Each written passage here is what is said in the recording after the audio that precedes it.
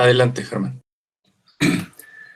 Muy buenas tardes tengan todos ustedes, tanto los panelistas que nos acompañan en este foro, como el público que está presenciando la discusión a través de este canal de Meet, de Google, o a través del canal de Facebook Live. Si las cuentas no me fallan, y Alfredo hasta el momento no me ha dicho que no sea así, este es el 7º foro de una serie de reuniones que el COMIE está organizando para discutir diversos temas que se han desprendido del confinamiento sanitario en la educación. Y además para generar reflexiones y eventualmente propuestas para el regreso que se avecina, no sabemos qué tan pronto, pero es un regreso que de todas maneras tendremos que asumir, y eventualmente para propuestas de cambios más profundos.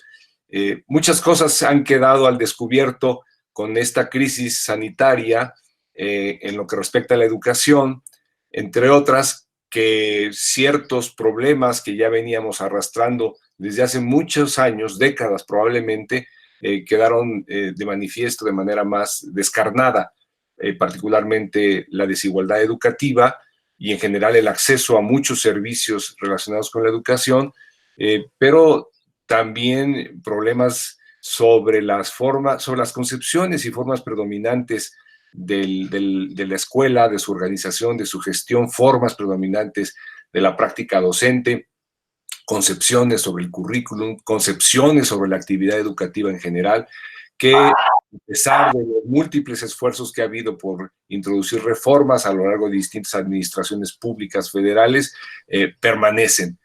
Entonces, la crisis ha puesto al desnudo estos problemas ya viejos, pero también muchos problemas nuevos que no nos podríamos haber imaginado porque no habíamos vivido una situación como esta.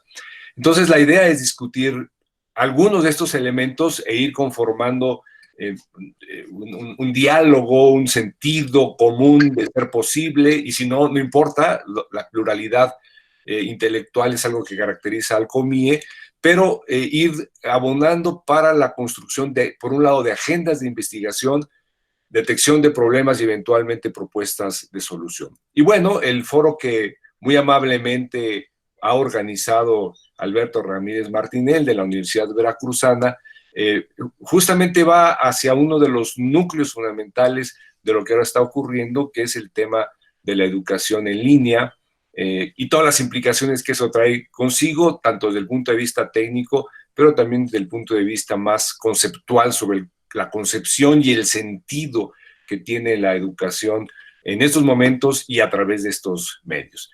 Bueno, no me quiero extender, simplemente quiero, además de darles esta bienvenida, poner sobre la mesa estos elementos y uno más que me interesa a mí particularmente. No soy el único, obviamente, en que esté interesado en que estos temas tengan alguna referencia en sus reflexiones, pero es que vamos a terminar el año fiscal con un 75% de recorte presupuestal sobre el gasto operativo, y eso introduce a las complicaciones que ya tenemos por esto que he comentado y muchas cosas que les comentarán, introduce dificultades extraordinariamente desafiantes.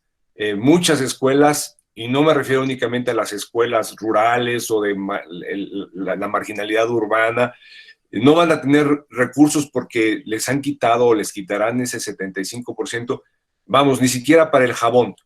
Entonces, los temas de tipo sanitario quedan también en entredicho y obligan a pensar de qué manera esos recursos van a ser suministrados para poder enfrentar en términos sanitarios, ya no digamos en términos educativos o en términos de logística de la organización de los padres. En fin, hay un montón de cosas que discutir. Esta crisis nos ha mostrado que la educación requiere seguir siendo discutida, conocida y sobre todo reformada. Hay muchas cosas de la educación que tenemos que proponer para ser cambiadas. En fin, repito mi más sincero agradecimiento a Alberto, a todos los panelistas que nos acompañan. Yo no haré la presentación, pero Lilian no va a estar, Lilian está. Muchas gracias por haber aceptado participar. Inés Dussel, colega querida del DIE, muchas gracias. Alejandro Escudero Najón, Rosario Rogel y Germán Ruiz, mi tocayo de Televisión Educativa. Entonces, muchas gracias por haber aceptado participar, muchas gracias a nuestra audiencia. Y antes de que lo deje para el mero final, quiero dejarlo desde un principio establecido. Muchas gracias a Alfredo Meneses y a todo su equipo de magníficas colaboradoras que han hecho posible que esta serie de foros pueda ser transmitida y todo el trabajo, tanto previo como posterior, que se deriva.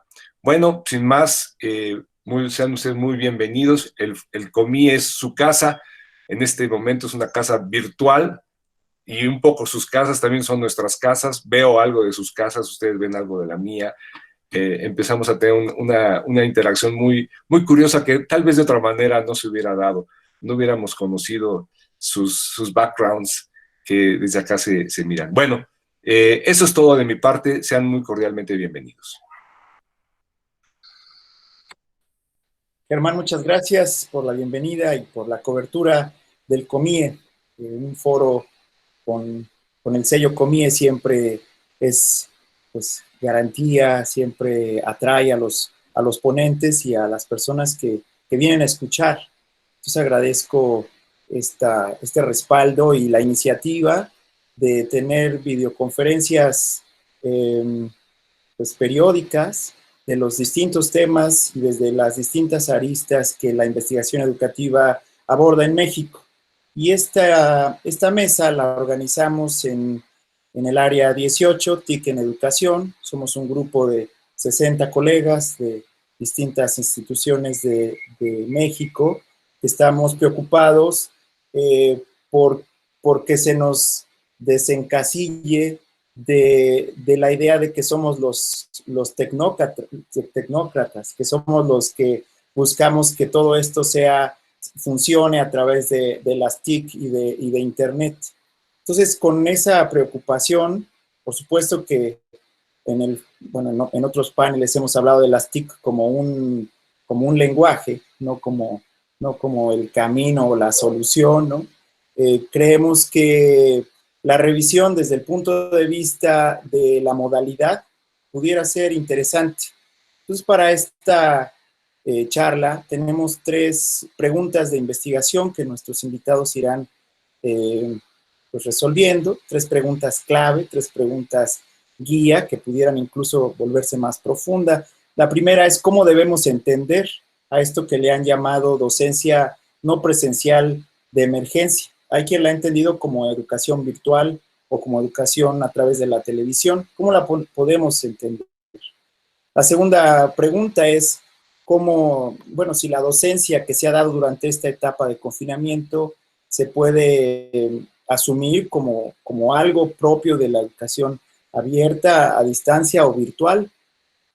Y finalmente, ¿de qué manera podemos evaluar los aprendizajes de los estudiantes en la parte presencial, en la modalidad educativa actual? ¿Cómo podemos hacer uso de los contenidos abiertos de esta nueva entorno digital, virtual, en casa, a distancia, sincrónico, asincrónico, que va orientando la manera en que nos aproximamos a nuestros estudiantes y nuestros estudiantes a nosotros? El día de hoy vamos a tener a Lilian Kravtsov Apel, rectora de la Universidad Abierta y a Distancia. El orden en que los presento es el orden en que irán participando. Irá después la doctora Inés Dussel, que es investigadora de tiempo completo del Departamento de Investigaciones Educativas del CINVESTAB en Ciudad de México. Tenemos también a Alejandro Escudero, que es profesor investigador de la Universidad Autónoma de Querétaro, es coordinador del doctorado en tecnología educativa. Está también la doctora Rosario Rogel Salazar, profesora investigadora de la Universidad Autónoma del Estado de México. Y tenemos también a Germán Ruiz, que es director de difusión digital de televisión educativa. La dinámica la comento para las personas que están conectados. Tenemos 10 minutos cada uno de nuestros participantes. Yo avisaré en el minuto 9 para que vayamos cerrando a tiempo. Luego tomaremos algunas de las preguntas que se hagan de la audiencia y tendremos 5 minutos más para conversar, cada uno en el orden que hemos dicho. Y finalmente, 3 minutos más para que no se nos quede nada sin decir. Con eso terminaríamos y unas palabras finales de Germán Álvarez. ¿Les parece entonces si empezamos con Lilian Kravtsov?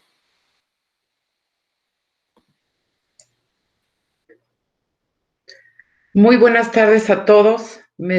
Quiero enviarles un saludo de parte del maestro Esteban Moctezuma Barragán, nuestro secretario de Educación, y de nuestro subsecretario de Educación Superior, el doctor Luciano Concheiro Borges.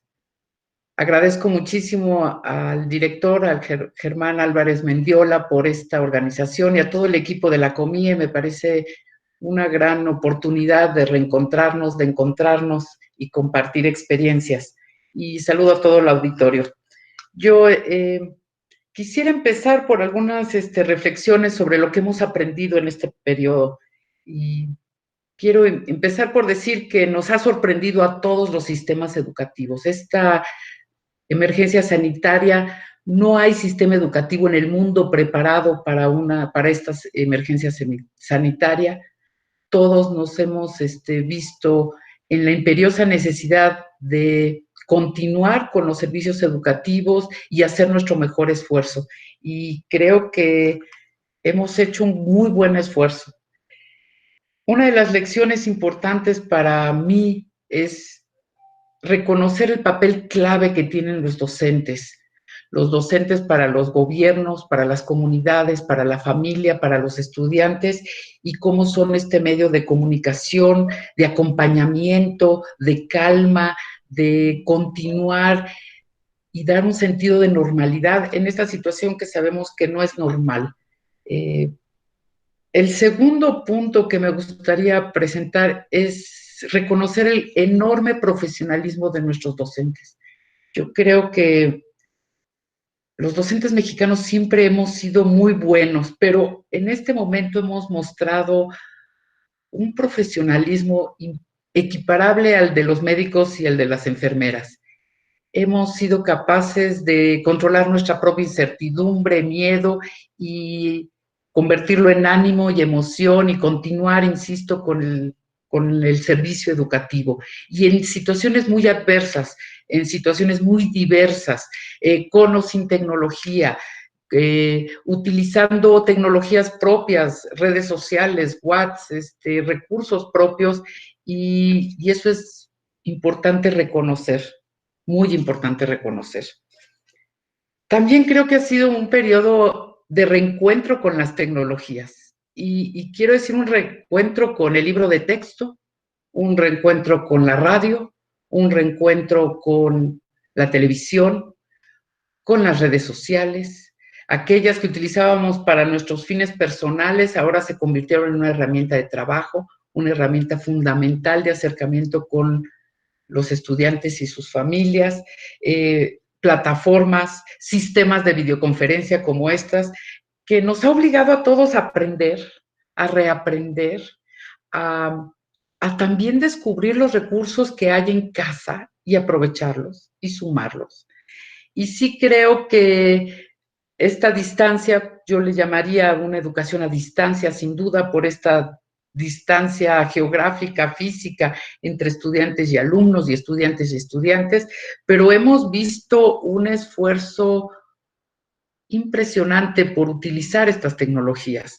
Y también nos recuerdan lo que ya sabíamos, que la tecnología por sí misma no moderniza, no garantiza calidad, no garantiza equidad, definitivamente, pero que tiene que ver con cómo, para qué, cuándo, dónde la utilizamos.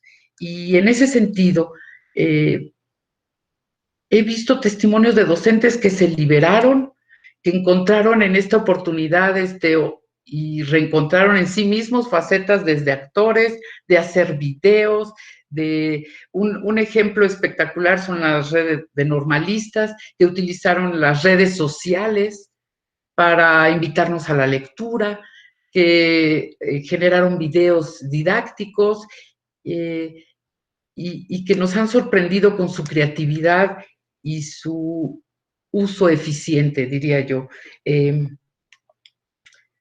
Y por último, no podemos, ya lo dijo Germán, lo dijo también Alberto, la parte del acceso y la equidad y la inequidad. Y yo ahí diría que de verdad hemos escrito y hemos leído sobre la diversidad, pero la diversidad en la que estamos viviendo esta emergencia sanitaria, en las condiciones en las que estamos viviéndola, el urgente llamado a trabajar por estos grupos que no nada más no tienen acceso a tecnología, que tienen condiciones adversas y que nuestros sistemas educativos no están totalmente preparados.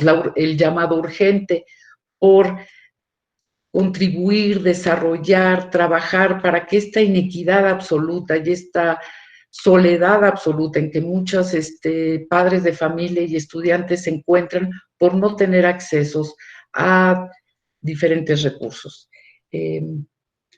Yo creo que ha sido una oportunidad de revalorar, conocer más la educación a distancia. Los docentes de este país se han formado mucho con modelos de educación a distancia en su formación continua y esta vez están teniendo la oportunidad de diseñar, de desarrollar y de ser estos facilitadores a distancia.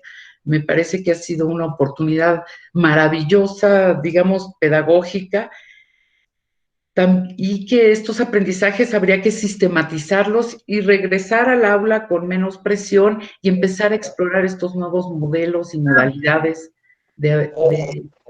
educativos. Y yo con eso concluyo mis 10 minutos de presentación. Creo que me fui un poquito rápido, pero aquí estoy. Muchas gracias, Alberto. Gracias, doctora Lilian. Muy interesante esta visión de los profesores con facetas distintas, y es verdad este ejemplo que nos pone de los normalistas leyendo, invitando a la lectura, y que próximamente llenarán las redes cantando, porque ahora viene este movimiento de profesores cantando, que además pues nos van a alegrar nuestros muros en redes sociales. Bien, agradecemos la participación de Lilian. Recordamos tener cerrados los micrófonos a las personas que van ingresando, y vamos a seguir ahora con la doctora Inés Dussel. Inés, por favor, adelante. Bueno, hola, buenos mediodías. Muchísimas gracias, Alberto, por organizar esto, a Germán, Alfredo Meneses también, que siempre tienen ahí ese trabajo tan importante de sostener nuestra organización de investigadores educativos. Creo que es más importante que nunca que tengamos estos colectivos para pensar, para trabajar. Así que bueno, muchas gracias y a todos los que están conectados.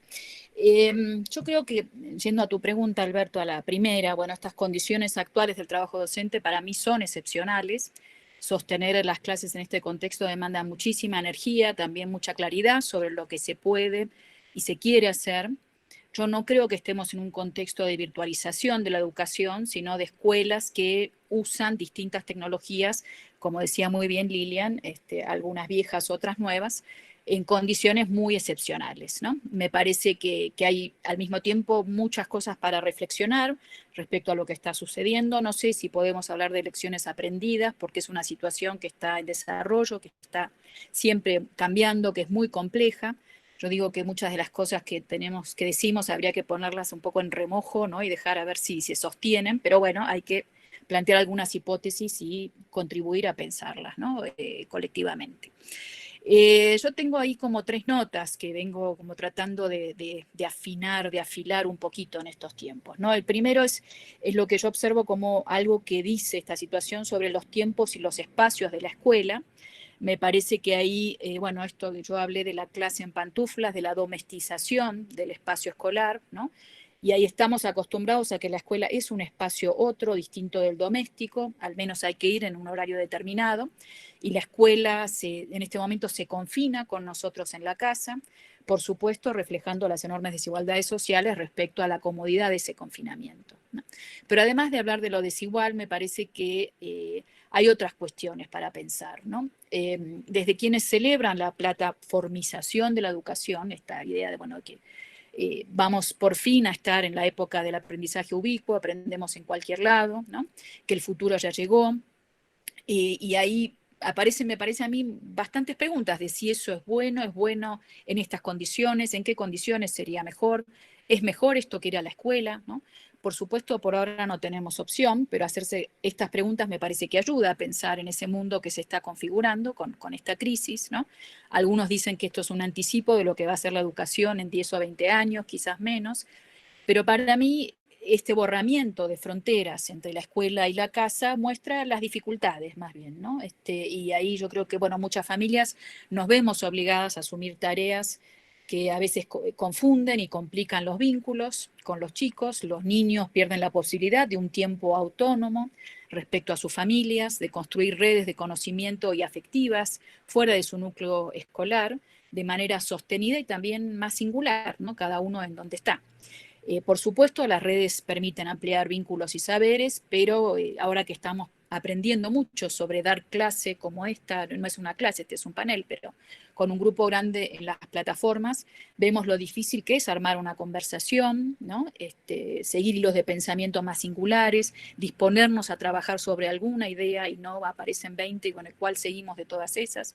No es imposible, yo creo que cuando termine esta crisis vamos a saber hacerlo mucho mejor. Estoy seguro que Germán, con toda la experiencia que está adquiriendo, va a ser un campeón de estas plataformas. Pero bueno, creo que si los docentes nos preocupamos por generar y acompañar ciertos procesos de aprendizaje en nuestros alumnos, para mí todavía en este contexto hay grandes ventajas en trabajar en un espacio físico donde nos vemos las caras, donde podemos seguir las miradas, podemos cambiar de ritmo o de foco porque vemos alguna señal de que no me están entendiendo, qué pasó, alguno se perdió, se distrajo, muchas señales que no son verbales, ¿no? Y ahí me parece además un tema muy central, nos podemos concentrar mucho más que en casa, ¿no? Porque en casa tenemos un montón, ¿no? de distracciones, me parece que hace también muy visible los problemas de lo que se llama la nueva economía de la atención, que todo el tiempo nos manda estímulos para capturar la atención.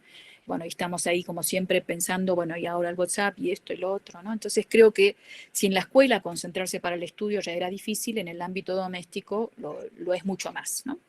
Y ahí creo que vemos las ventajas de un espacio otro para la educación. Quizás no sea, digo, hubo escuela abajo de un árbol, hubo escuela a la orilla del mar, hubo escuela en un museo, no es necesariamente un edificio escolar, pero es un espacio otro, y me parece que este aspecto es central. Paso por dos temas más rápido, ¿no? más veloz, y podemos conversarlos después quizás en las preguntas. Segundo tema, sobre los contenidos y las pedagogías. Para mí algo que aparece muy visible es que hay una primera reacción inmediata que es, bueno, hay que distribuir contenidos, ¿no? A través de la televisión, de la radio, muchos maestros salieron, ¿no? a dar tareas, actividades, mucho activismo. Un colega mío dice, bueno, una tareítics, ¿no? Como una especie de inflamación de la tarea a través de las TICs. Uno podría decir que, y esto es medio tentador, esto desnuda la naturaleza profunda de la escuela. La crisis muestra lo que ya se hacía antes, pero yo creo que no es solo eso, creo que hay una parte que estas plataformas son mejores para distribuir contenidos y no necesariamente son tan buenas para otro tipo de trabajo como el que hacemos en la escuela, y también creo que ahí se asocia algo que es la presión sobre los docentes de que produzcan evidencias de su trabajo, por lo cual también están muy preocupados con mandar tareas para tener un registro de que estuvieron trabajando, porque se sienten también muy cuestionados, de que no trabajan lo suficiente. Entonces creo que esa combinación no es muy feliz, ¿no? No es una combinación feliz, ¿no?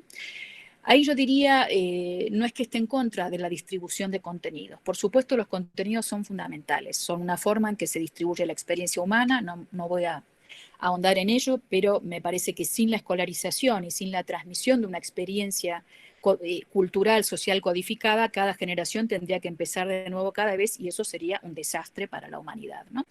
Y hay una idea de David Hamilton que dice, bueno, la escolarización, esta distribución de la experiencia humana, tiene que ver con atenuar la fragilidad humana. Para mí la cuestión de la fragilidad hoy está en primer plano. Qué bueno que tenemos sistemas culturales que permiten en algo, bueno, esto, por ejemplo, la formación de médicos, la formación de maestros, atenuar un poco esa fragilidad. Pero sin duda la clase no es solamente repartir tareas y corregirlas, sino que hay que abrir proyectos de conocimiento entre todos, en grupos y también para cada uno, ¿no? Para que cada uno pueda ir apropiándose de esos lenguajes a su propio ritmo, con su énfasis, con su mirada, ¿no? Y ahí digo, bueno, la tarea además hay tareas buenas y hay tareas malas, hay contenidos interesantes y hay contenidos poco interesantes. Y también creo que esto nos da una idea de la complejidad del asunto. Última cuestión de tecnologías.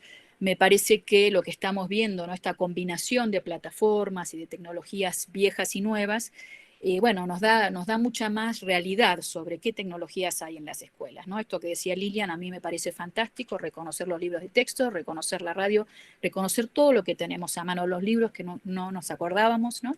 En casa, por ejemplo, desempolvamos la mesa de ping-pong y ha sido algo muy importante para divertirnos y, bueno, ejercitarnos un rato y cambiar un poco, ¿no? De sacar la ansiedad, etcétera. Digo, uno va desempolvando muchas cosas en la casa.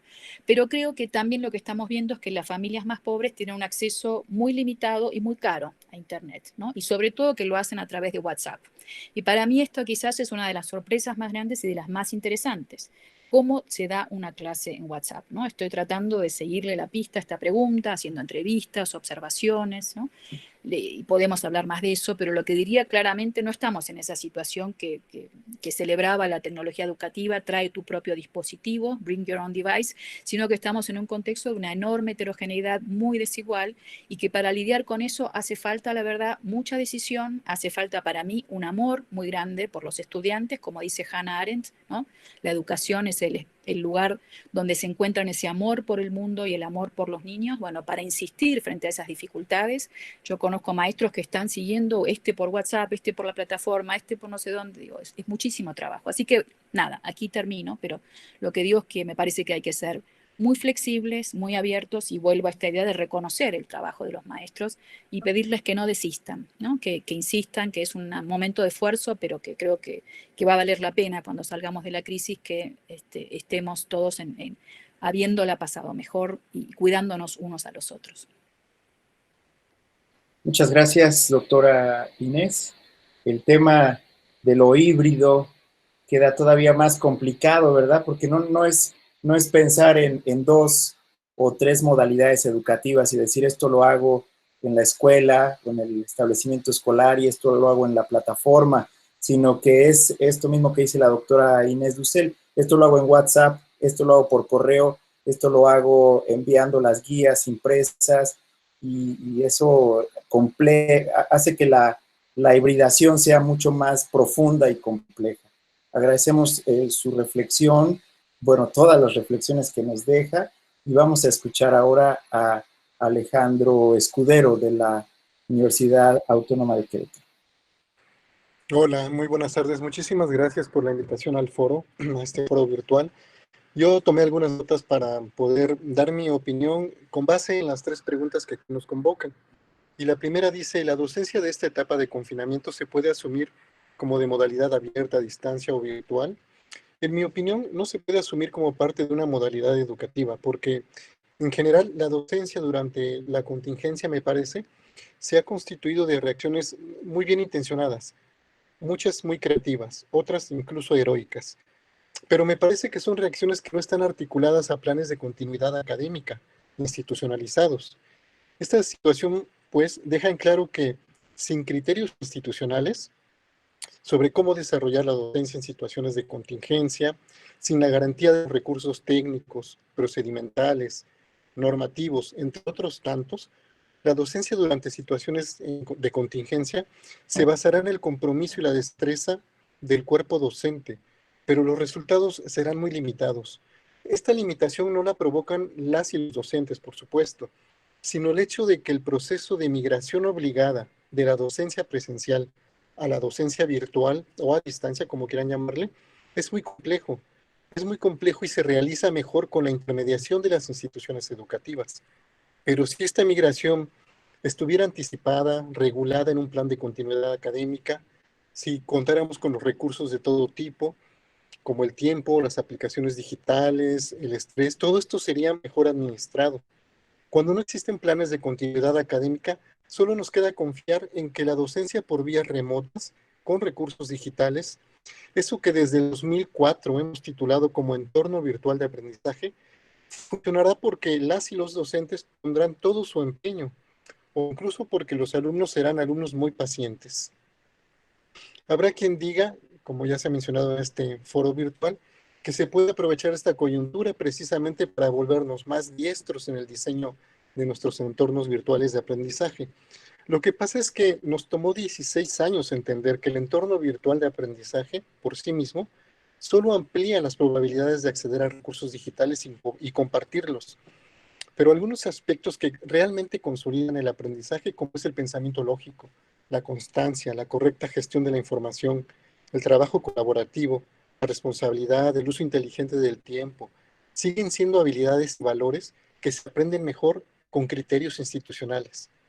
Para decirlo rápido, si le confiamos a los entornos virtuales de aprendizaje más bondades de las que tienen, corremos el riesgo de que las instituciones educativas se retiren de uno de sus compromisos fundamentales, que es diseñar planes de continuidad académica, para otorgar oportunamente los recursos para que el alumnado aprenda, pero para que aprenda con una orientación bien definida, con criterios muy claros sobre cómo se evaluará lo aprendido y cómo se evaluará la docencia.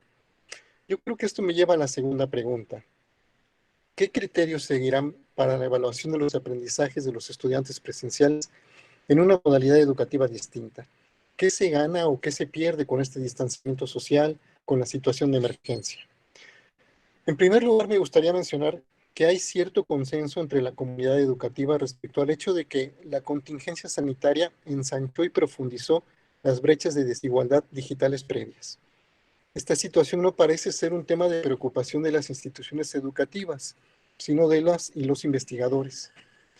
Debido a que este problema de la desigualdad educativa no es nuevo, ni es privativo de la educación a distancia o virtual, porque ya en la educación presencial se han hecho varios estudios, seguramente se harán en lo posterior nuevos estudios sobre esta brecha digital. Sobre lo que quiero llamar la atención es que la contingencia sanitaria ha revelado que, debido a que faltan planes de continuidad académica, da la impresión de que el discurso institucional está más preocupado por el proceso administrativo de la conclusión del ciclo escolar.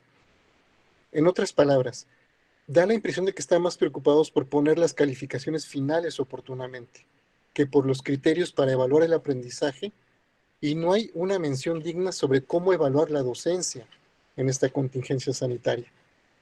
Respecto a reducir el ensanchamiento y la profundización de las brechas digitales, parece que las y los docentes podemos hacer muy poco, pues es un problema que involucra el diseño de políticas públicas, modelos económicos, orientaciones políticas. Sin embargo, sobre la responsabilidad que tienen las instituciones para diseñar planes de continuidad académica, sí podemos hacer mucho. Yo creo que en principio podemos señalar que el diseño de planes de continuidad académica no ha sido un tema de interés para las autoridades educativas, aun cuando en nuestro país existen varios motivos que obligan continuamente a suspender las clases regulares. Por ejemplo, problemas de infraestructura educativa, contingencias ambientales como la baja calidad del aire, desastres naturales, huelgas, paros laborales, episodios de violencia pública o episodios de violencia del crimen organizado. Basta recordar que en México hace poco tuvimos la contingencia sanitaria que provocó la pandemia de la influenza A H1N1 en el 2009. Así que la emergencia sanitaria nos da la oportunidad de reconocer que muy pocas instituciones educativas cuentan con planes de continuidad académica o por lo menos no son públicos. Si continuamos con una confianza desproporcionada en los entornos virtuales de aprendizaje, los criterios de evaluación estarán a merced del compromiso de cada docente, de sus habilidades digitales, de su creatividad. En fin, los criterios serán propuestas personales que podrían ser congruentes o no a un modelo educativo. Sobre la necesidad de que las instituciones diseñen modelos educativos que puedan alojar en el interior un plan de continuidad académica, Me voy a referir con ayuda de la tercera y última pregunta. ¿De qué manera el acceso abierto a recursos audiovisuales, cursos en líneas, seminarios, herramientas informáticas de uso libre pueden servir para dinamizar la docencia en este periodo? El acceso abierto sí hace más conveniente y atractivo el proceso de entrega de información. Ciertamente es deseable contar con recursos digitales abiertos, no solo en la contingencia sanitaria, sino también para la educación que se realiza en situaciones de cierta estabilidad.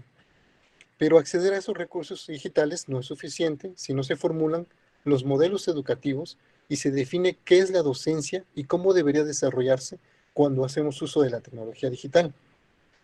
Y en este punto me gustaría recordar que la intermodalidad educativa es un término emergente que ha podido ver en perspectiva que la incorporación de la tecnología digital en las instituciones educativas provocó en un primer momento sistemas multimodales, es decir, la convivencia de varios modelos educativos tradicionales y otros que en su momento fueron muy novedosos, como la educación virtual, la educación en línea, la educación asistida por computadoras.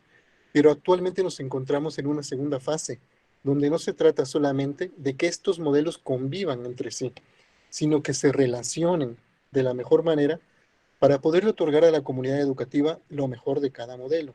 Esta fase, mejor conocida como intermodalidad educativa, también permite el diseño de planes de continuidad académica porque facilita la migración y adaptación de los recursos presenciales en situaciones de emergencia.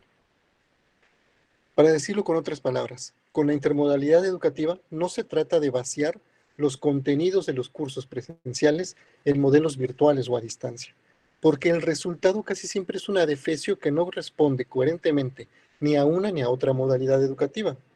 En realidad, ahora se trata de facilitar que el alumnado transite entre estos modelos educativos disponibles en sus instituciones, que transite incluso entre instituciones, incluso que use recursos digitales que no son estrictamente educativos, que sí pueden apoyar su aprendizaje. Pero que quede claro que esa versatilidad, que ese tránsito a conveniencia entre modalidades educativas todavía requiere criterios y recursos institucionales. Y voy a terminar diciendo que es momento de diseñar planes de continuidad académica en nuestras instituciones, que eso supone la reformulación de los modelos educativos, tomando en cuenta que no se trata de que en las instituciones convivan varios modelos, sino que se interconecten entre sí los que ya existen. Así podríamos anticipar contingencias de otro tipo que en el futuro se presentarán, que invariablemente se presentarán. Muchísimas gracias. Muchas gracias, doctor Alejandro.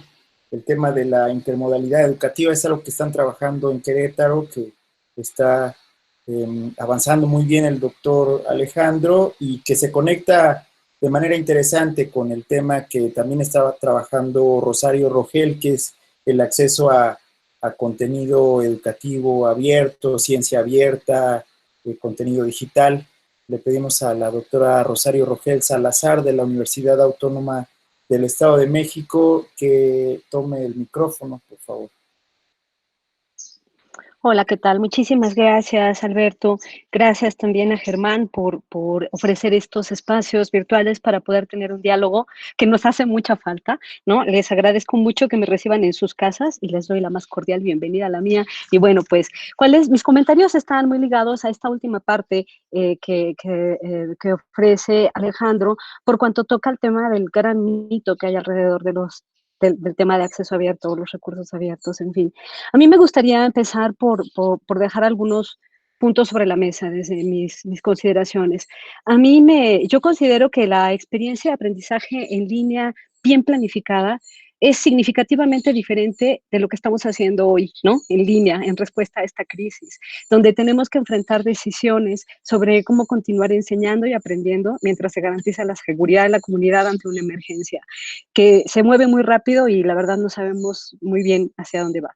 Los expertos en tecnología educativa, específicamente los que trabajan temas de aprendizaje en línea y a distancia, nos aportan diferencias en los distintos tipos de enseñanza mediadas por tecnologías, acerca de los cuales muchos de los colegas ya han abordado. De entre ellas, a mí me llama la atención esto que he encontrado recientemente a lo que se podría traducir algo así como enseñanza remota de emergencia. Lo he encontrado en inglés con el término Emergency Remote teaching, que es un término utilizado para diferenciar lo que se conoce como educación en línea de este cambio intempestivo de docencia presencial a la no presencial en situaciones de emergencia como la que hoy estamos viviendo. Este aprendizaje efectivo en línea resulta de un diseño, todos los que hemos dado un curso en línea en un Moodle, tal lo sabemos, ¿no? O sea, requiere un diseño muy, muy cuidadoso, de una planificación que requiere meses de trabajo, es mucho más pesado organizar un curso en línea que uno presencial, y sobre todo la participación de un equipo donde el docente frente a grupo es nada más una parte de una larga cadena de profesionales que están apoyando.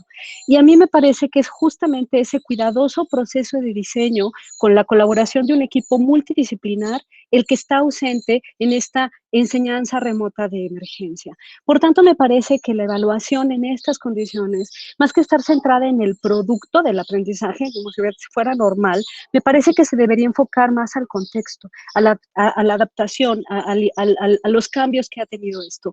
Personalmente pienso que no es relevante la evaluación de si se produjo o no el aprendizaje o en qué medida se produjo, sino simplemente enfatizar cómo se atendió a la urgencia y todo lo que fue necesario adaptar, tanto por parte de profesores como de alumnos, en un tiempo récord.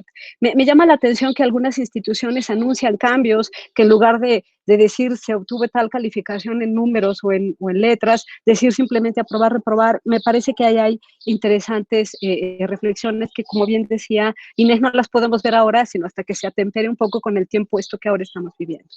Pero por el tema que a mí particularmente me interesa, tiene que ver con el papel de los recursos que ofrece la ciencia abierta y el acceso abierto, no solo en esta condición, digamos, como que ya nos venía ofreciendo desde antes, pero cuya aportación ahora se hace muchísimo más evidente. La ciencia abierta es un movimiento que apunta al proceso de investigación científica y no solo a los resultados, es decir, a las publicaciones o patentes. Quizá el término más o la dimensión más conocida de la ciencia abierta es el acceso abierto, porque es el que tenemos, que todos conocemos más, que es tener acceso así a la publicación ya directa y en línea. Pero cuando hablamos de ciencia abierta, hablamos de la apertura a todo el proceso científico, y que todo el proceso científico, desde que se me ocurrió la pregunta, lo hice, lo desarrollé, hacer de esto algo accesible, algo eficiente, democrático, colaborativo y sobre todo transparente. Esta transición a la ciencia abierta, que tiene realmente muy pocos años, ha sido impulsada por los avances en el mundo digital, lo que permite compartir información, notas, datos, productos científicos en sus distintas fases.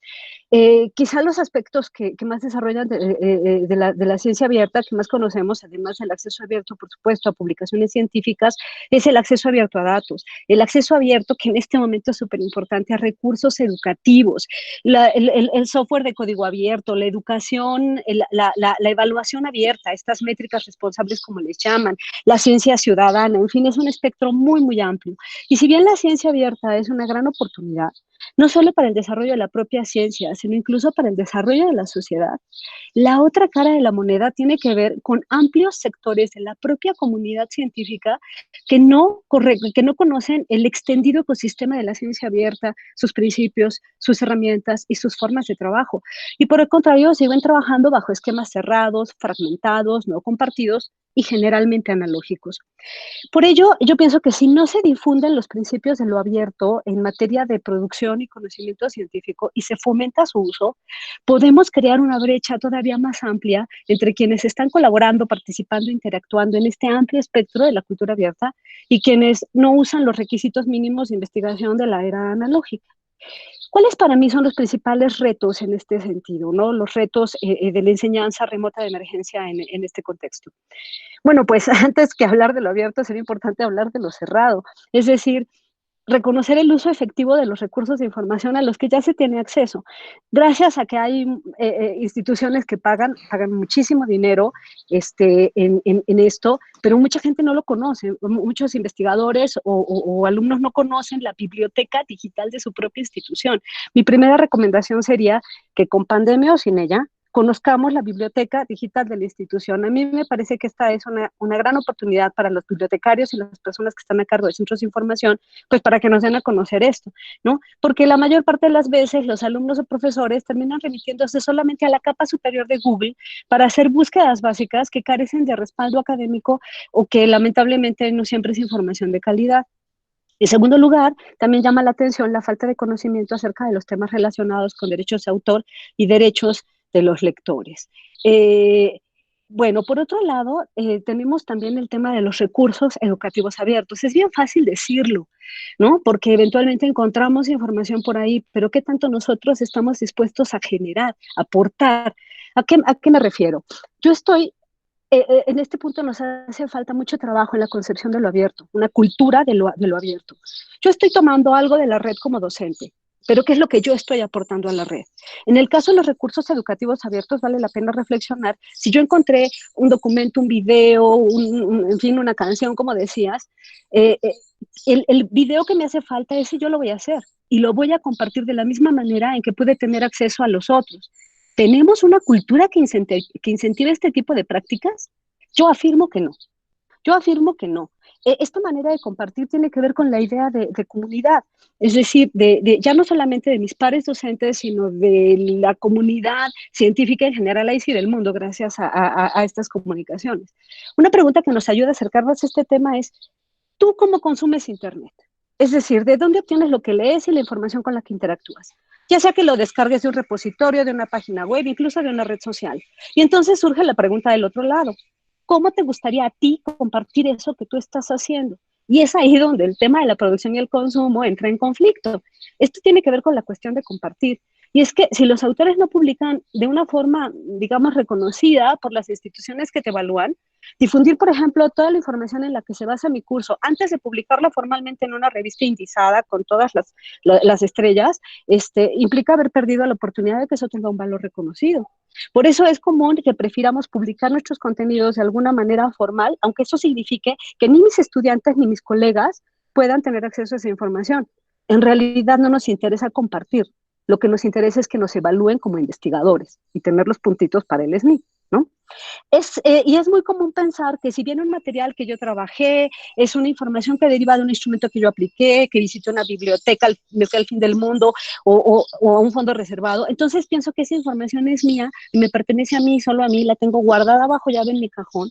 Y sí, y así es como funciona el mundo analógico. Pero las plataformas de intercambio digital parten de principios diferentes. El problema es que trasladamos esas formas de pensar de lo analógico, de lo cerrado, de lo no compartido, directamente al ámbito digital. Y el día de hoy Internet abre muchas de estas preguntas, es decir, ¿comparto eso que yo hago? En la medida en que yo también tomo lo que alguien compartió. Luego está la parte de las licencias y los derechos de autor, que bueno, ese es otro tema. Pero cuando yo particularmente veo la forma en que cuando comparto, por ejemplo, algunos de los recursos de la ciencia abierta con colegas, se maravillan y cuando se percatan de la gran cantidad de recursos que se pueden utilizar. Pero la pregunta que está atrás es, ¿tú estás dispuesto también a ofrecer contenidos? Ya no nada más usar repositorios o bibliotecas digitales, sino utilizar, por ejemplo, la capa de anotaciones web compartidas, gestores bibliográficos para compartir información, herramientas para compartir los protocolos de investigación, cuadernos abiertos, en fin, ¿no? Y paralelo a esto, el otro gran reto que está asociado a esto es la cultura acerca de la seguridad en Internet, que ese es otro tema. Yo hasta ahí dejaría mis comentarios. Bien, muchas gracias. Y esto del acceso abierto, al principio de la sesión Germán decía que podemos ver un poquito de las casas de los que estamos aquí, vemos tu jardín, escuchamos los pájaros, vemos los libros de Germán, las pinturas de Inés, de Lilian, ahí Alejandro sentado en su estudio, y eso, gracias a este tipo de apertura, ¿no? Que es otro tipo de apertura, podemos justo ahora 375 personas estar escuchando lo que dice Rosario, estar escuchando lo que se está platicando en este panel, y es una apertura distinta, ¿no? Y no solo de licencia, sino de abrir puertas, sino de compartir, de tener estos foros, ¿no? Que nos están haciendo comentarios en Facebook y en el Meet sobre sus participaciones.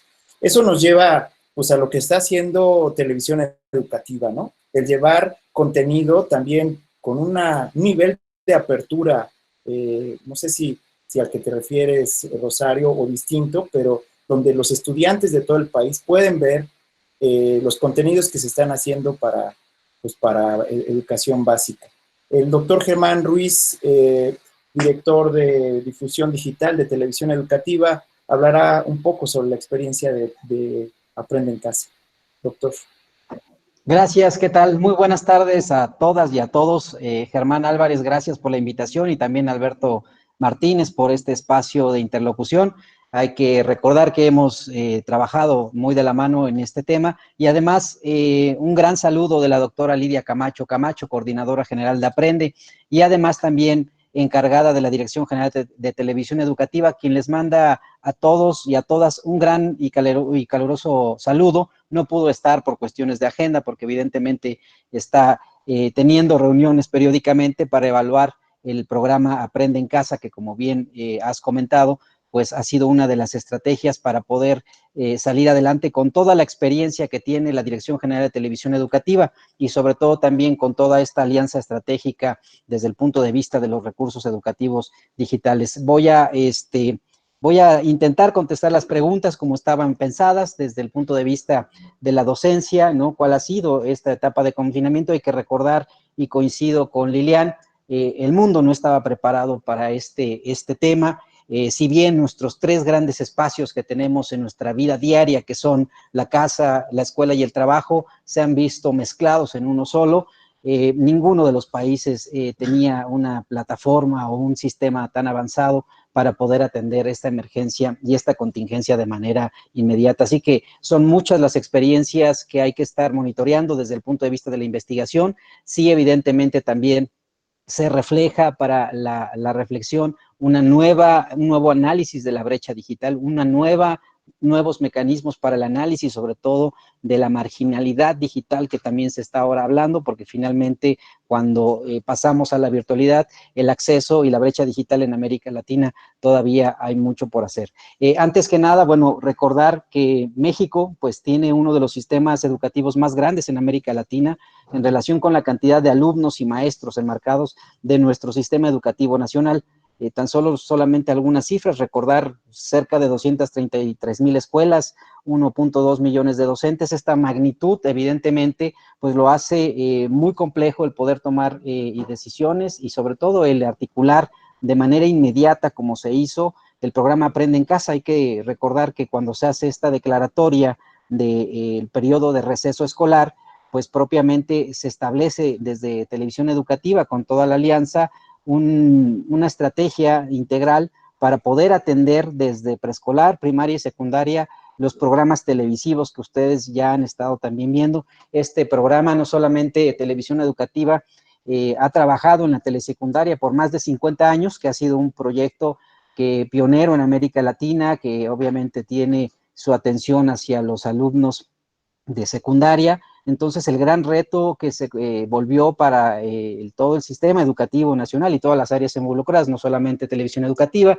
sino que también las áreas de la Subsecretaría de Educación Básica, Media Superior y Superior, para establecer este plan de contingencia y en particular con el tema de los programas que se fueron realizando. Como ustedes saben, pues se realizaron estos programas prácticamente en una semana, se vinieron haciendo. Hay que recordar que también se trabajaron docentes, trabajaron pedagogos, toda la experiencia de Televisión Educativa, el equipo de producción para poder hacer esta barra de programación y tener programas desde el nivel preescolar, evidentemente, y hasta el nivel de secundaria y de bachillerato, que también se logró incorporar en esta barra. Hay que también resaltar el papel de todos los medios públicos a nivel nacional que se sistematizaron en esta transmisión, más de 36 sistemas, también televisoras locales que se sumaron a la transmisión y que evidentemente pues esto también fortalece el punto de vista de la difusión. Hay que recordar que pues en México,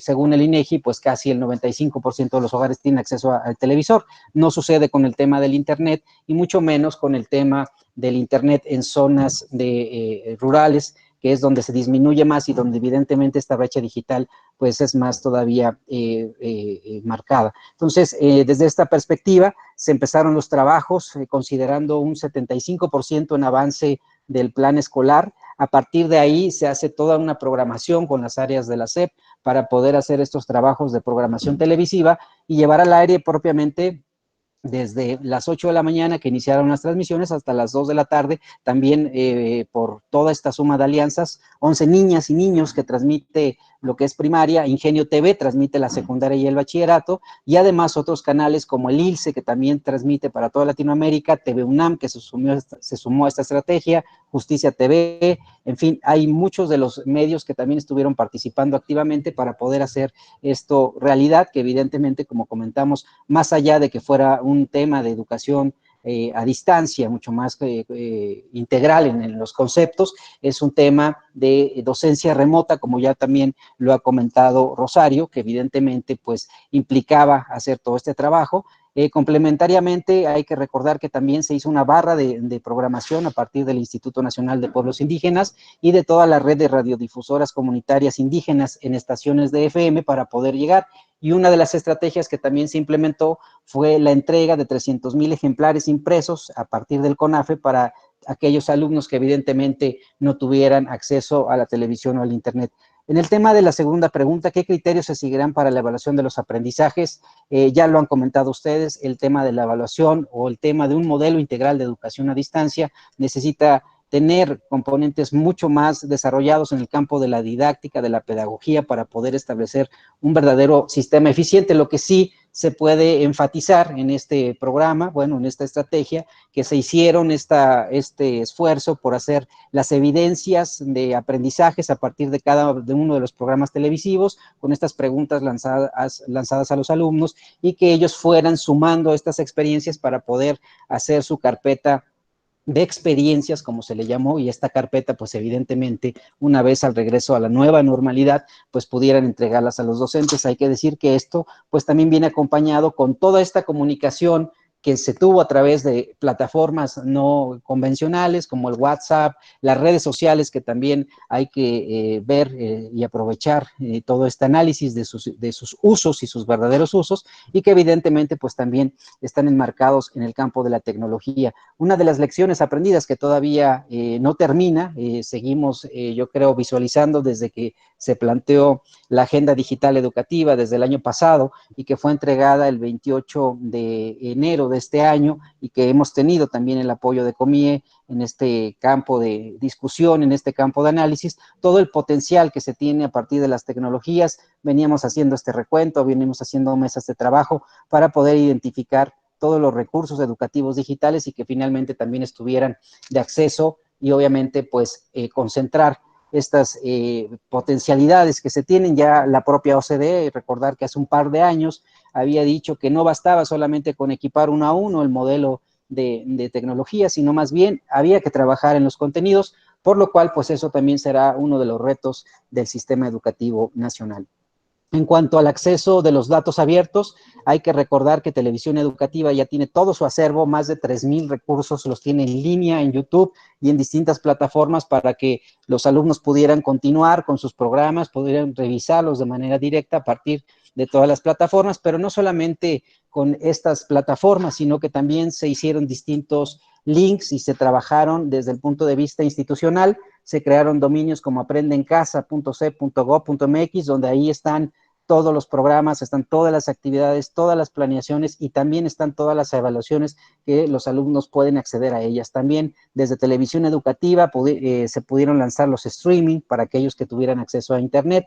Hay que recordar también la plataforma que tenemos de aprende.edu.mx, donde almacena todos los repositorios digitales que se habían trabajado desde el punto de vista de los planes y programas, libros de texto de CONALITEC, que también puso a disposición todos los libros digitales, que eso también coincido con las compañeras que presentaban hace rato, y retomar estos aprendizajes esperados desde el punto de vista de los libros de texto. Se puso también Tripulantes de la Lectura, una plataforma para toda la parte de educación preescolar y básica en el tema de fomento a la lectura.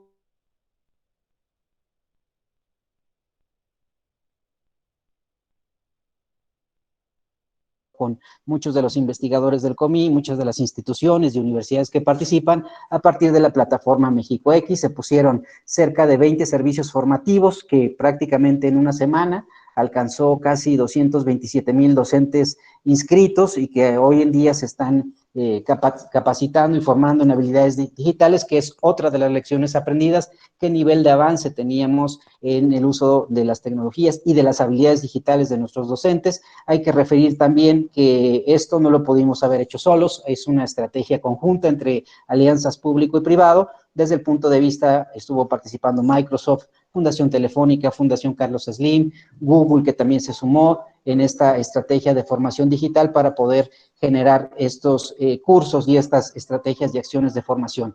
Esto es parte de lo que se ha venido haciendo desde la cooperación, desde las estrategias. Evidentemente, esta pandemia pues nos llama a una alianza estratégica por la educación desde el punto de vista de sumarnos todos, desde la política pública, los sectores públicos, privado, la investigación, porque lo que viene yo creo que habría que sistematizarlo. Me quedan prácticamente 20 segundos según aquí mi marcador y yo cerraría con 2 reflexiones. Creo que tendríamos que sistematizar este trabajo que han tenido los docentes en línea, ¿no? Para que podamos también documentarlo. Yo creo que tendríamos mucha experiencia y mucho soporte en el campo de la investigación. Y segundo, revalorizar el potencial que tenemos de las redes sociales, que no ha sido algo que también, si vemos algunos de los números que están vinculados en toda esta visualización que ha tenido las plataformas, hoy en día yo creo que hay que aprovechar estas métricas que nos generan distintas plataformas. Sí hay mucho que trabajar en el tema de la inclusión digital y por lo cual creemos que Televisión Educativa, Aprende MX, son aliados de COMIE, aliados de la sociedad y del sistema educativo. Gracias. Doctor Germán, muchas gracias. Terminamos con su participación esta primera fase, esta primera ronda de presentaciones. Ahora, en el mismo orden en el que fueron presentando, tendremos 5 minutos de respuesta a alguna de estas preguntas que voy a seleccionar y a leer. Tenemos cerca de 70 preguntas del Meet y de Facebook Live. Entonces está medio difícil la selección, pero ya he ido viendo algunas. Los comentarios que han hecho se los haremos llegar a los panelistas. Pregunta Herberto Zamudio, si estamos hablando entonces que actualmente estamos realizando blended learning o blended schooling. Voy a leer 5 preguntas y ustedes, si pudieran elegir alguna de ellas o todas o como quieran irlas abordando. Esta es la primera pregunta. La siguiente es hablar sobre el éxito, ¿no? Preguntan sobre los porcentajes de éxito después de 50 años de trabajo en televisión educativa, pregunta Laura Alfonso. También preguntan qué requiere pensar, si se requiere repensar la docencia ante estos retos, a los retos que nos estamos enfrentando, pese a que han existido históricamente hitos que la confrontan a cambiar, nos pregunta Ivonne Espinosa. También pregunta cómo se puede dar certeza a la realización de exámenes en línea y de otro tipo de actividades de evaluación. Pregunta Juan desde Facebook Live. Hay otra pregunta específica para Rosario. Dice que parece excelente el uso potencial de la ciencia abierta, pero primero no tendría que subsanarse el tema de acceso a la tecnología en el contexto de desigualdad del país. Pregunta Ana Solís, y voy a leer 2 preguntas más. La evaluación, en el mismo tema de la evaluación, ¿será igual en este contexto? ¿Qué es lo que vamos a evaluar? ¿Será acreditó o no acreditó? ¿O cómo vamos a observar estos aprendizajes, quizá desde la visión que comentaba la doctora Inés Dussel, de la domestización de la escuela, ¿no? O de lo que decía Alejandro sobre contenidos pertinentes para este tipo de educación o de modalidad. Y la última pregunta que nos hace Brenda Rodríguez es qué puede hacerse para alinear o amortizar las TIC con los contenidos pedagógicos y la pedagogía para garantizar el aprendizaje. Y nada más, una más, ¿cómo calificamos la alianza con Google?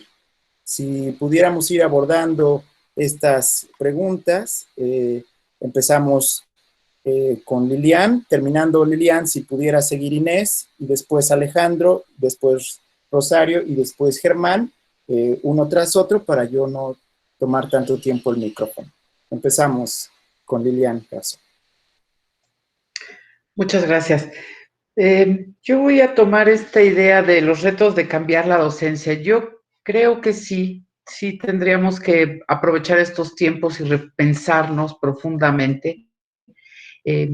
Recordar que el aprendizaje es un proceso personal, social, aprendemos de los demás, con los demás, pero es un proceso personal y los sistemas abiertos, si algo nos enseñan, entre otras cosas, es que los estudiantes son los que aprenden, toman un papel muy activo en estos modelos de educación a distancia y son los responsables de su aprendizaje. A veces le decimos a los padres de familia, ve a la escuela a aprender, pero no tiene que ir a la escuela a aprender, está aprendiendo en todas partes y lo hace ahorita en casa con la compañía, la tutela de los docentes que diseñan, organizan, retroalimentan, apasionan, transmiten el gusto y el amor por la ciencia, por la historia, por las materias.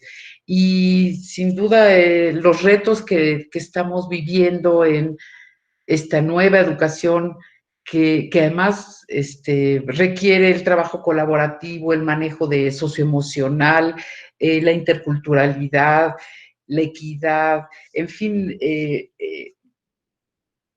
esto claro que nos está haciendo cambiar la forma en que entendemos la docencia y los modelos en que se dan los procesos de enseñanza. Y sobre la evaluación, yo también creo que sí debemos de trabajar modelos mucho más de evaluación formativa, este portafolio de experiencias, estos modelos que nos permitan realmente valorar los procesos, las mejoras y sobre todo que los estudiantes vayan adquiriendo esta independencia, de autoevaluarse, de mirar sus trabajos, de seleccionar los mejores, de decir por qué son los mejores y poder ir construyendo esas habilidades. Y eso sucede muchísimo en la educación a distancia. Se va gradualmente desarrollando esas habilidades de autoevaluación. No sé, de las otras preguntas, la evaluación, blended learning, yo sí creo que vamos a empezar y me gustó definitivamente a diseñar nuevos modelos que den esta continuidad académica que habla el maestro Alejandro, el doctor Alejandro, que me parece fundamental y que con la experiencia que adquirimos en este momento histórico, vamos a regresar al aula y a repensarnos profundamente y a rediseñar estos modelos blended en el sentido que sí incorporan y complementan el uso de las tecnologías. Y me parece que viene un tiempo muy emocionante, muy productivo para el sistema educativo y las instituciones educativas. Muchas gracias.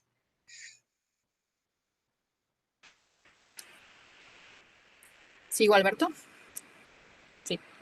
Bueno, yo empiezo con la última pregunta, que es una pregunta quizás un poco más incómoda, que es cómo calificamos la alianza con Google.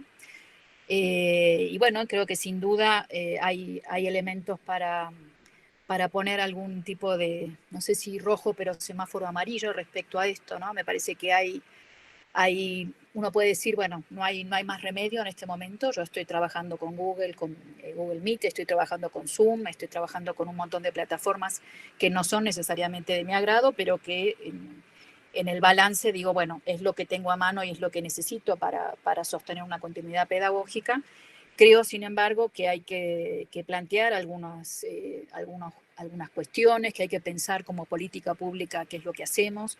Me parece que hay cuestionamientos muy certeros sobre el trabajo, los problemas que trae la difusión de Google, los problemas que trae la difusión de plataformas como Facebook, como WhatsApp, respecto a la autodeterminación sobre los datos. Se habla de un nuevo colonialismo en el sentido de que nos están colonizando nuestros datos, se están mercantilizando todas nuestras interacciones porque todos nuestros datos se convierten en dinero, bueno, se venden, ¿no? Y después nos venden otras cosas, y creo que cuanto antes esto entra, es más problemático. No sé, los que tienen experiencia con la televisión educativa, por ejemplo, los países nórdicos tienen una política muy difícil de acordar en otros países, pero que está prohibida la propaganda para niños en programas que estén destinados a la primera infancia, ¿no? Para niños, no sé, hasta 10 años. Y creo que es una buena medida porque sabemos el efecto que esto tiene en torno a generar como pautas de consumo y la necesidad de pasar por el consumo muchas cosas que no tienen que pasar por ahí, ¿no? Y que además generan muchos problemas. No hace falta que me extienda porque creo que todos lo sabemos. Entonces lo que diría, bueno, si no tenemos más remedio, a mí lo que me gustaría es que, bueno, hagamos una unidad, un módulo, hagamos alguna estrategia de enseñanza en la cual también pensemos en la formación crítica de nuestros estudiantes sobre los problemas de esta nueva economía de datos, sobre los problemas de seguridad, de privacidad, de mercantilización, de un montón de interacciones humanas. Entonces diría, bueno, nada, estamos en una situación de emergencia, creo que no hay que ser principistas, pero sí hay que saber que, bueno, que los compromisos que uno hace tienen efectos, qué es lo que puedo hacer para paliar algo de esos efectos. Muy brevemente sobre el tema de la evaluación, yo creo que me sumo a lo que dijo Lilian y lo que dijeron muchos otros, no es un momento de ponerse en esta visión de la acreditación, ¿no? A toda costa, de la calificación. Iría por el lado que fue Italia, que fue España, que es aprobar a todos y en todo caso pensar cómo se refuerzan contenidos el año que viene, cómo pensamos un año escolar, si es que podemos volver en septiembre, que tenga unas características diferentes. Y creo también en el valor de la evaluación formativa y creo que se van a aprender muchas cosas en este contexto. Pero sobre todo diría que me parece que tenemos que poner por delante una pedagogía y una política del cuidado, que algo que nos enseña esta pandemia es que en vez de pensar más desde el lugar del riesgo, de la amenaza, tenemos que pensarnos desde el cuidado de la salud, el cuidado de una misma, de uno mismo, de los demás, el cuidado del lenguaje, del conocimiento, el cuidado de nuestra cultura común, el cuidado de esta infraestructura común que necesitamos hoy, que vamos a necesitar, como decía Alejandro, la próxima vez, porque va a haber próxima vez que la tengamos que poner en marcha, ¿no? Me parece que tenemos que tomar mucho más en serio estos dilemas que nos plantea este nuevo entorno sociotécnico con todas estas tecnologías viejas y nuevas, con las complicaciones que tenemos de desigualdad, de heterogeneidad, de diversidad, y digo, bueno, la riqueza cultural que tiene México, la riqueza lingüística que tiene México, que es un gran valor y también es un desafío respecto a la enseñanza, no sé, me parece que todo eso hace que nuestro eje no tiene que estar puesto en cómo calificamos, sino cómo podemos aprovechar de esta situación para que sea una gran experiencia de aprendizaje y un realineamiento de nuestras políticas hacia un mayor cuidado de la vida, ¿no? El otro día hablábamos con colegas, bueno, en México tenemos el gran problema de la violencia, ¿no? Un problema de que la vida no vale nada en muchos lugares. Bueno, aprovechemos todo lo que estamos aprendiendo hoy para que la vida valga más, ¿no? Me parece que ahí hay un aprendizaje cívico y ético fundamental que tenemos que hacer y trasladarlo no solamente en el contexto del coronavirus, sino a nuestra vida cotidiana. Nada, por ahora esto. Bueno, voy a continuar yo, ¿verdad, Alberto? Yo he seleccionado tres preguntas o tres observaciones que han hecho amablemente todo el foro. La primera es si estamos haciendo blended learning o blended schooling. Me parece que es una pregunta legítima. Hay cierto interés, hay cierta preocupación por categorizar, por tratar de clasificar qué es lo que está pasando. Esta pregunta yo la uniría a las preguntas que nos hicieron llegar. Esto que está sucediendo es educación a distancia, es educación virtual, es educación en línea, o que por favor alguien nos diga qué es lo que es todo esto. Aunque la preocupación es legítima, yo inicié mi opinión diciendo que no creo que sea nada de eso. O sea, que no creo que sea útil ahora clasificar determinantemente qué es lo que está pasando. Sí, porque es que da la impresión de que nos tomó por sorpresa a todas, a todos, sobre todo a las instituciones. Entonces, lo que sí podemos hacer quizás es describir los problemas que están teniendo las docentes y los docentes, las alumnas y los alumnos, las familias, para tratar de llevar a cabo una educación alternativa. Y si logramos decir cuáles son esos problemas, después responder cómo lo resolvieron, ahí están las líneas de investigación que podrían ser novedosas o no, originales o no, pero ¿qué problemas tuvieron? Que tuvo toda la comunidad educativa y qué hizo para resolverlo?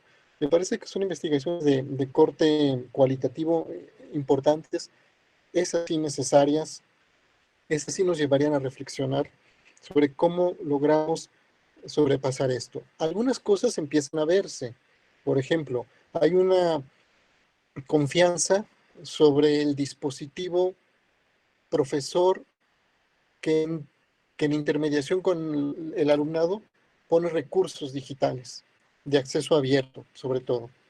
Y a este dispositivo que se le ha llamado entorno virtual de aprendizaje, se le ha dotado de mucha esperanza, mucha confianza. Entonces yo llamaba la atención yo sobre lo útil que es para pasar la crisis, pero cómo alumbra también que no hemos sido capaces, la comunidad educativa ni las autoridades, de hacer planes de continuidad académica. Y que es retirarnos de esa responsabilidad que tenemos todos, autoridades por supuesto, pero también docentes, pero también familias, ¿verdad? Exigirlos. Eso yo creo es lo que dice que estamos en falta.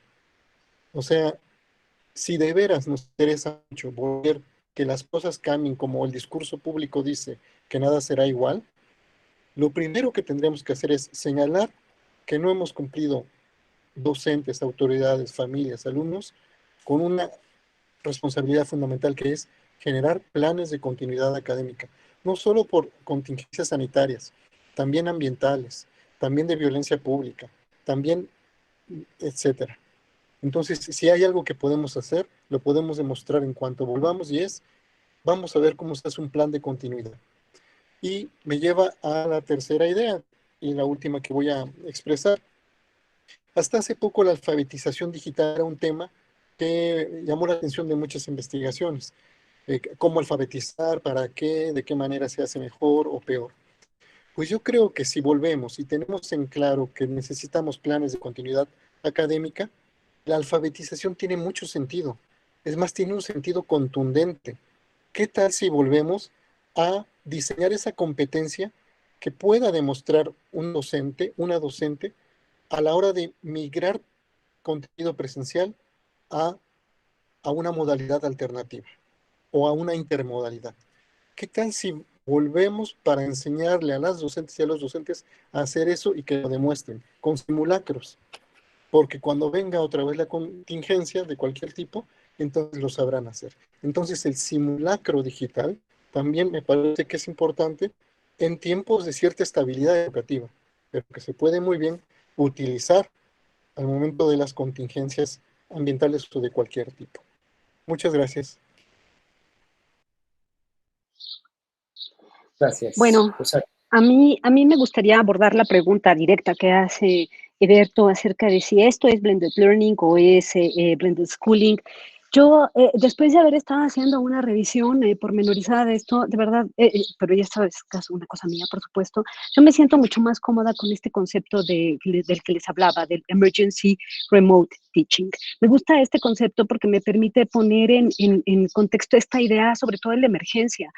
Yo digo, Alberto, que no es blended learning porque incluso para un blended learning estás preparado desde antes.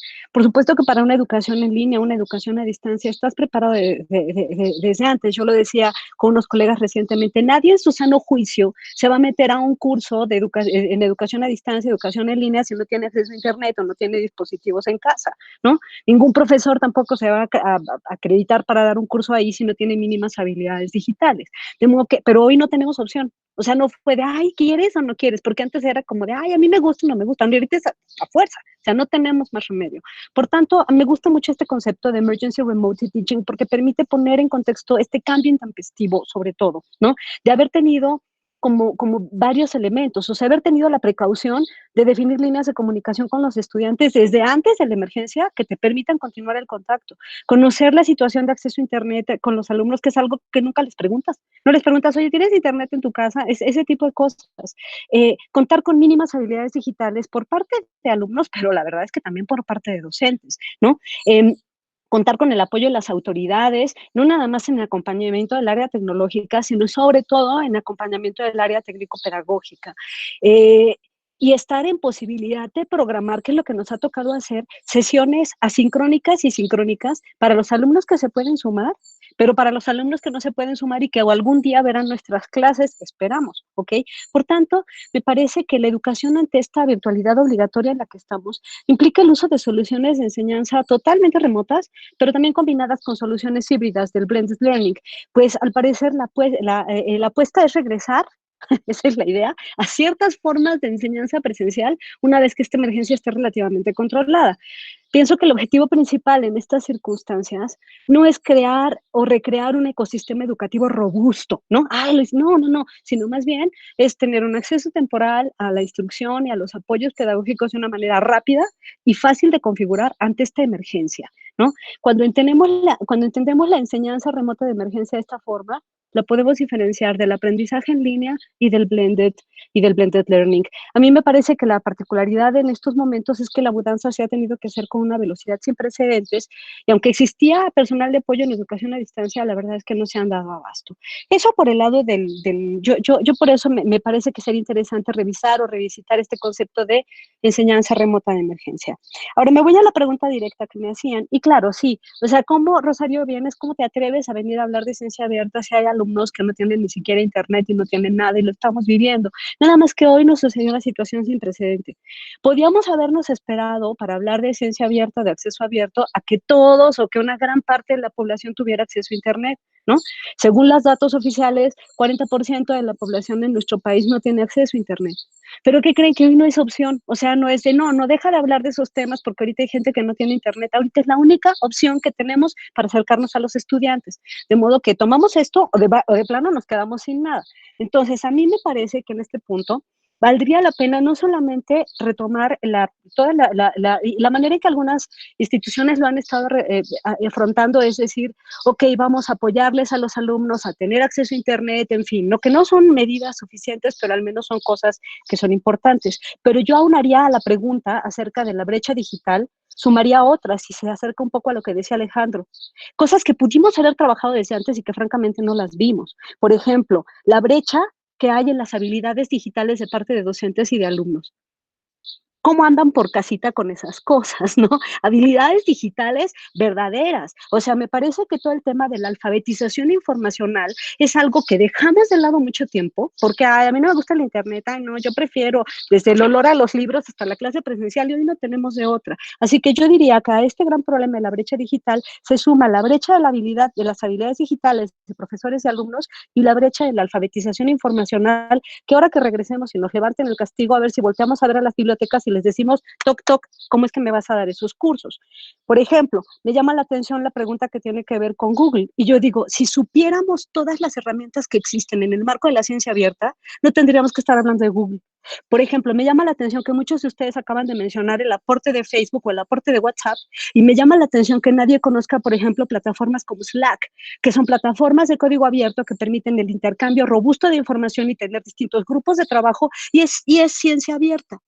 Y entonces ahí no tenemos el problema que decía Inés hace rato de que van a comercializar nuestros datos y no sé qué, porque están todos bajo plataformas de interoperabilidad y con licencias de datos abiertos y protocolos muy claros de uso de intercambio de nuestra información.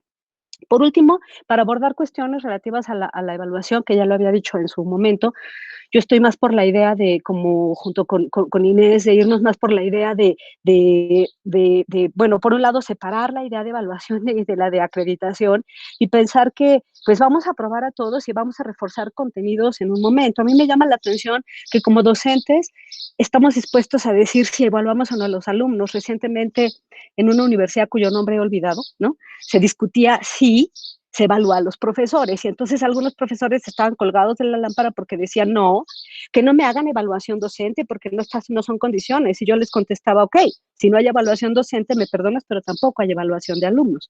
Aquí, todos coludos o todos rabones, diría yo. Esa sería mi aportación, Alberto. Muchas gracias. Cerramos con Germán.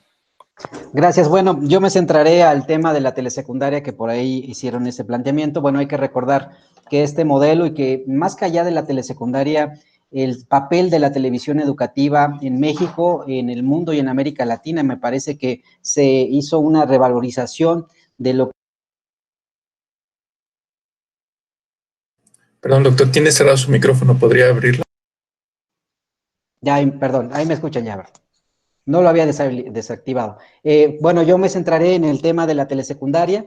Evidentemente, como ustedes saben, este proyecto que ya lleva más de 50 años, pues es un proyecto que ha sido un gran soporte en este momento de atención de la contingencia para la experiencia adquirida en la elaboración de este tipo de proyectos para poder aperturar a partir de la televisión.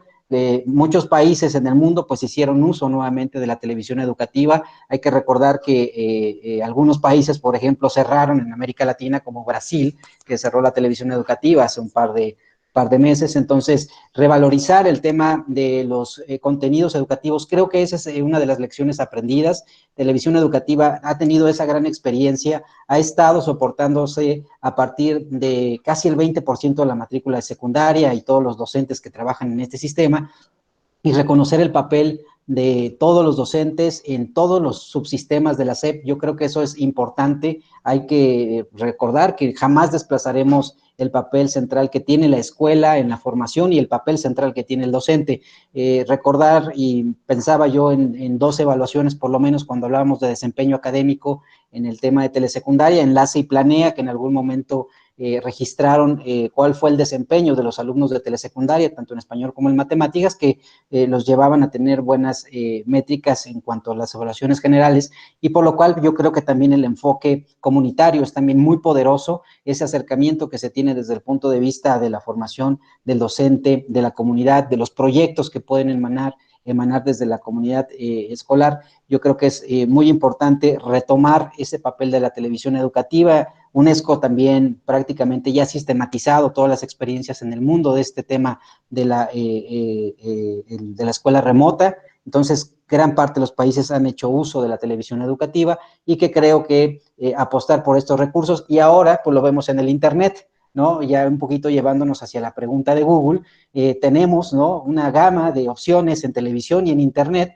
que finalmente parece que ha predominado el uso de la diversión que el uso educativo. Entonces, esto nuevamente nos llama al verdadero potencial que tienen las tecnologías cuando hacemos el uso eficiente en el tema educativo para vincularlo con modelos innovadores de enseñanza y aprendizaje, como comentaba también Rosario, pues tiene mucho que ver con estas habilidades. Hay que trabajar en habilidades, saberes y competencias digitales de nuestros docentes, de la ciudadanía en general, para que estas métricas que, por ejemplo, documenta el INEGI a partir de sus encuestas, pues que en lugar del entretenimiento vayamos también dándole puntos al uso de las tecnologías en temas educativos, como hoy en día lo estamos haciendo, tanto en la parte educativa como en la parte del teletrabajo.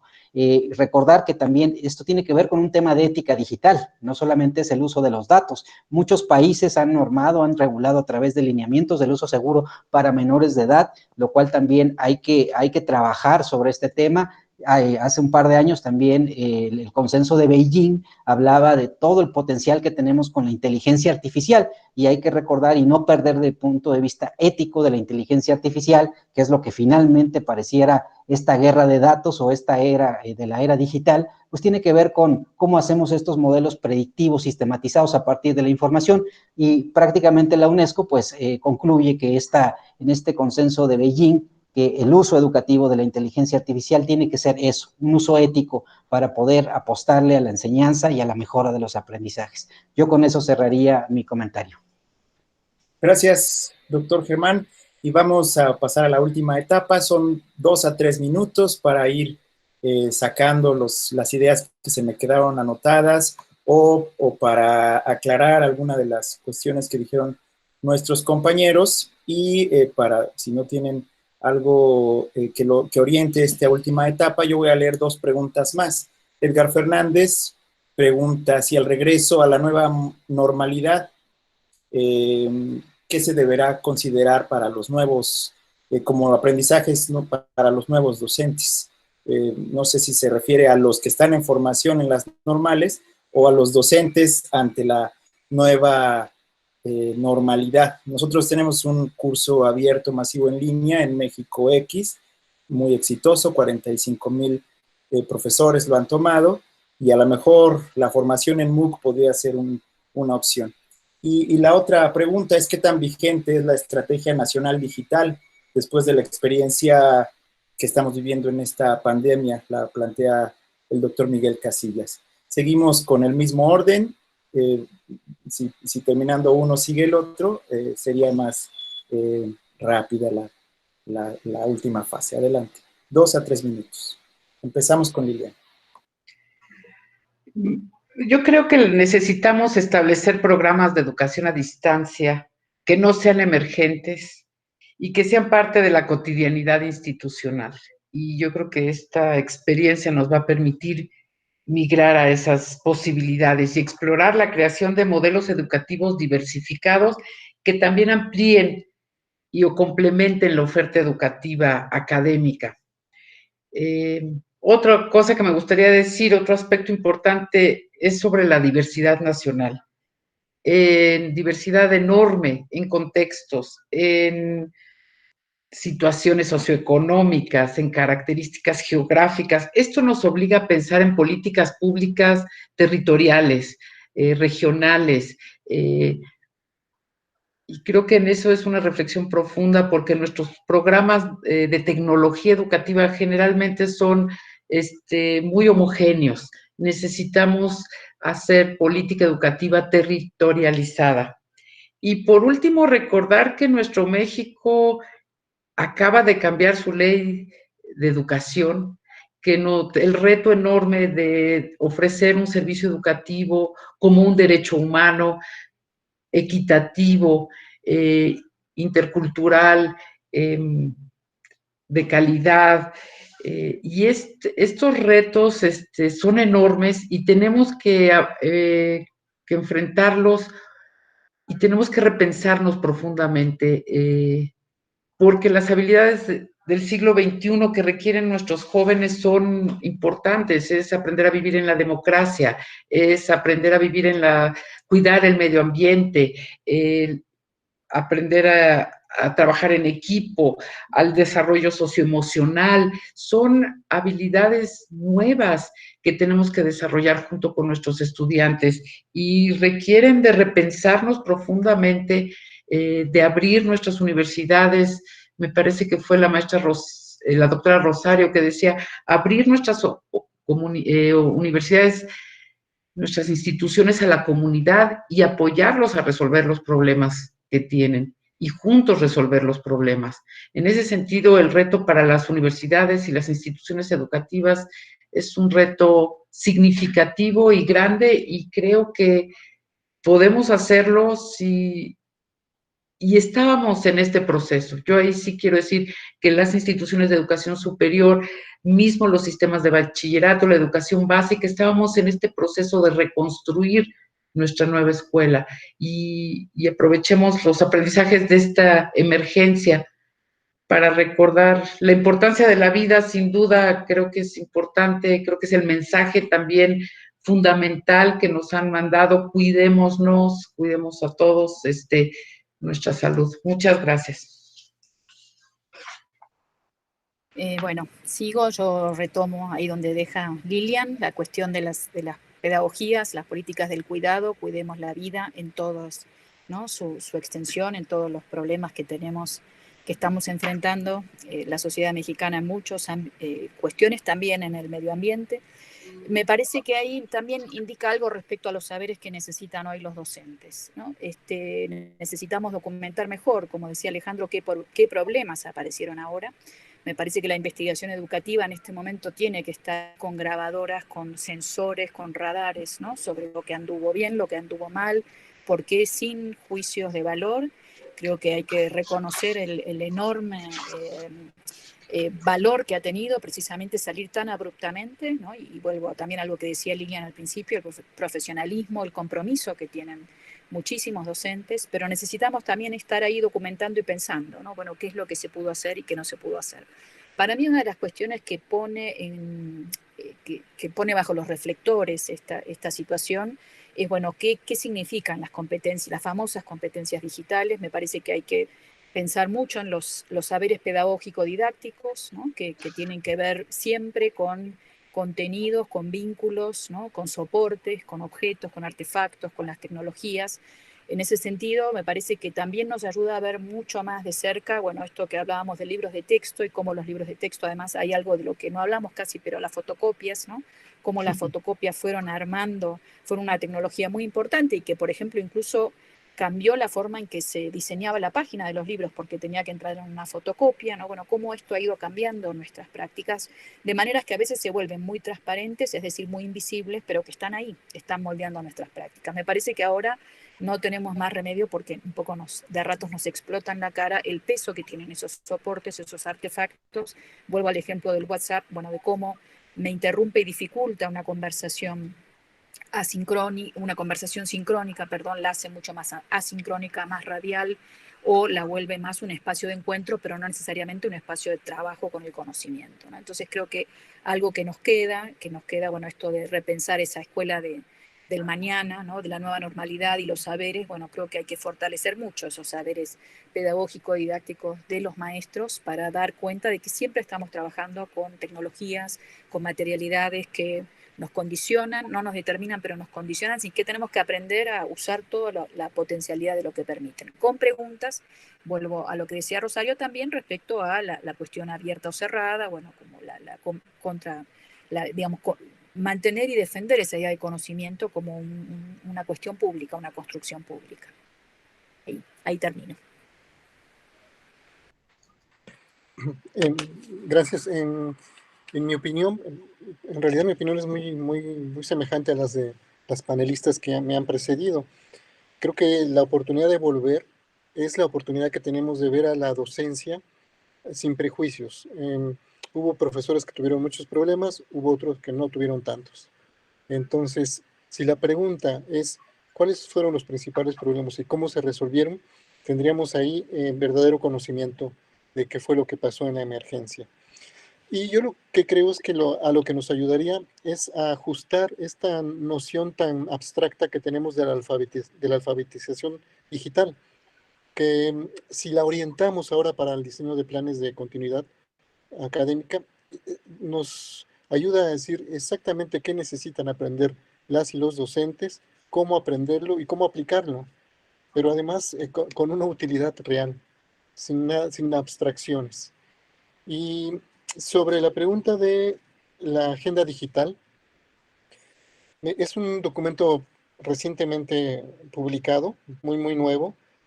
Sí hace una compilación de las décadas de experiencia que tenemos en Latinoamérica y en México sobre incorporación de tecnologías de investigación, de información y comunicación, e incluso avanza un término nuevo que es el TICAD, que hace un poquito complejo este concepto de tecnologías de información y comunicación para los saberes digitales.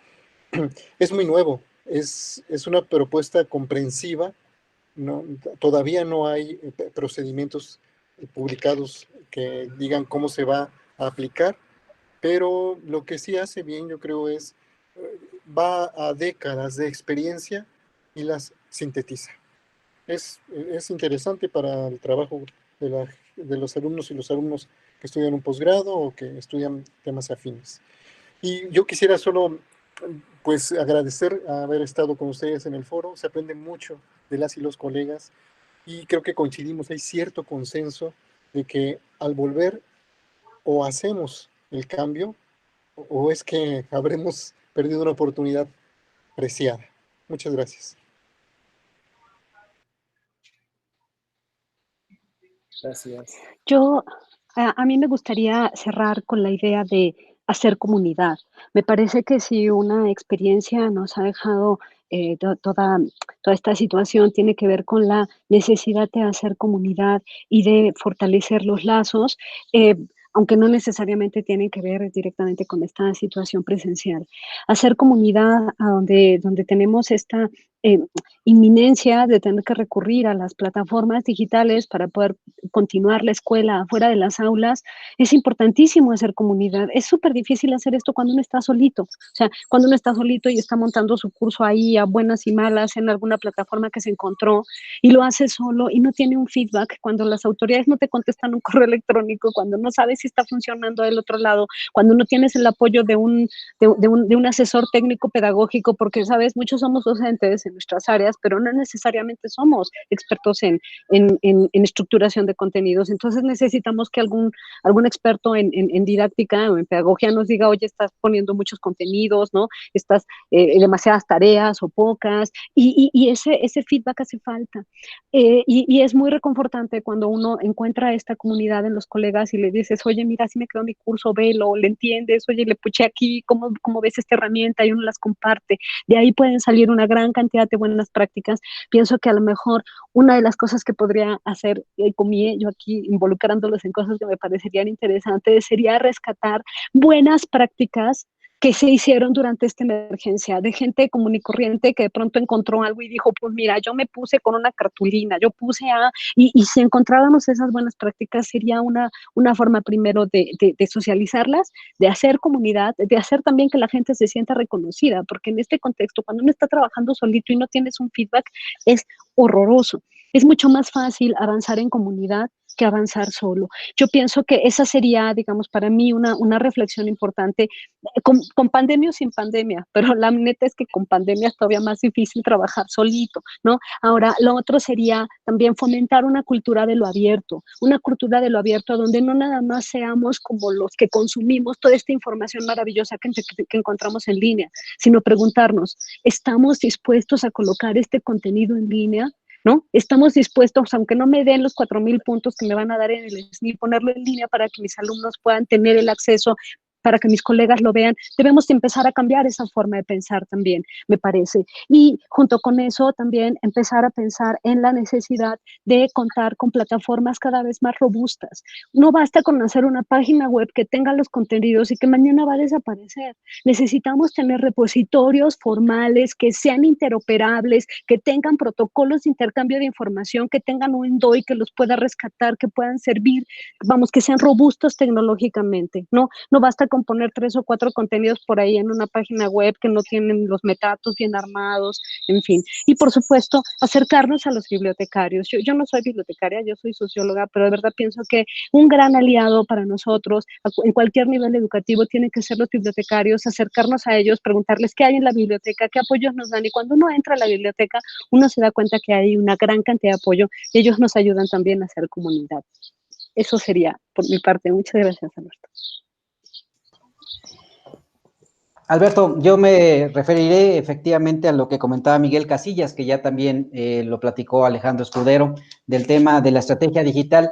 Yo invitaría más que estar haciendo reflexiones de lo que se hizo en el pasado, pues sumarnos a la agenda digital que ya pusieron, de hecho, la gente que esté interesada, ya está el link en el chat para que puedan descargar este documento. Y este documento, pues evidentemente, hace todo un recuento de política pública en materia de tecnología y educación, qué se hizo, y lo más importante es cuáles serán las acciones hacia adelante, y que yo creo que son parte de la conclusión de este importante foro de Comie. Hay que comentar que para la construcción de esta agenda digital educativa se tuvo la participación de expertos nacionales e internacionales en el ámbito de la tecnología y de la educación, y que centraron sus ejes estratégicos en 5 puntos, y que es un trabajo que ha sido también consensuado con las universidades y con propiamente los secretarios de educación de las entidades federativas. El primero, pues, es el eje que hemos discutido, la formación docente, la actualización, certificación en haberes, competencias y habilidades digitales.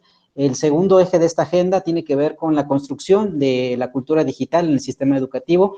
Tanto hemos estado platicando de cuáles son los retos del sistema educativo en temas de alfabetización digital, pues hay que voltear a ver los libros de texto, hay que ver dónde está inserta la cultura digital en los libros de texto. Hay varios estudios que señalan que evidentemente pues hay que meternos, salvo hasta la materia de secundaria, que es donde se empieza a involucrar el tema de tecnología, es cómo se empieza a insertar desde el libro de texto. Hay que hacerlo de manera gradual desde estos aprendizajes esperados en educación digital. Otro de los ejes que toma la agenda es la producción la difusión y el acceso al uso social de los recursos educativos. Hemos tenido muchos programas a lo largo de la historia de México, desde Enciclomedia, habilidades digitales, en fin, que lo recuenta la agenda, y que se han hecho una gran cantidad de recursos por los docentes, por la sociedad, por las empresas, y que me parece que hay que retomar toda esta parte de esa capacidad de producción, y como decía evidentemente la compañera que me antecedió, pues ver cuál es la metadata, cómo se alinea, cuál es el aprendizaje esperado. Hay que buscar esas plataformas que evidentemente sean robustas en el tema del uso de los metadatos.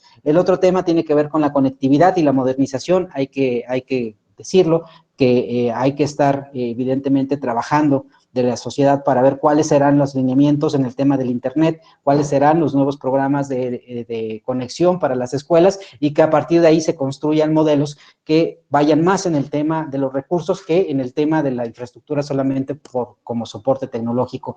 Y el último eje de esta agenda es el más importante y en el cual vincula a todos los investigadores, pues tiene que ver con la investigación, el desarrollo y la innovación. Me parece que cumpliendo este ciclo, esta agenda es un documento de trabajo, invita a que sea un documento de trabajo, y que ha sido también un gran esfuerzo de la doctora Lidia Camacho en concertarlo, que se haya incorporado una Ley General de Educación para que por primera vez se tuviera el reconocimiento de las tecnologías. Hay que revisarlo en su artículo 86, me parece que ahí está establecida la agenda digital. Yo dejaría ahí que estuviéramos trabajando y agradecerles a nombre de la doctora Lidia Camacho este espacio, y un saludo para todos.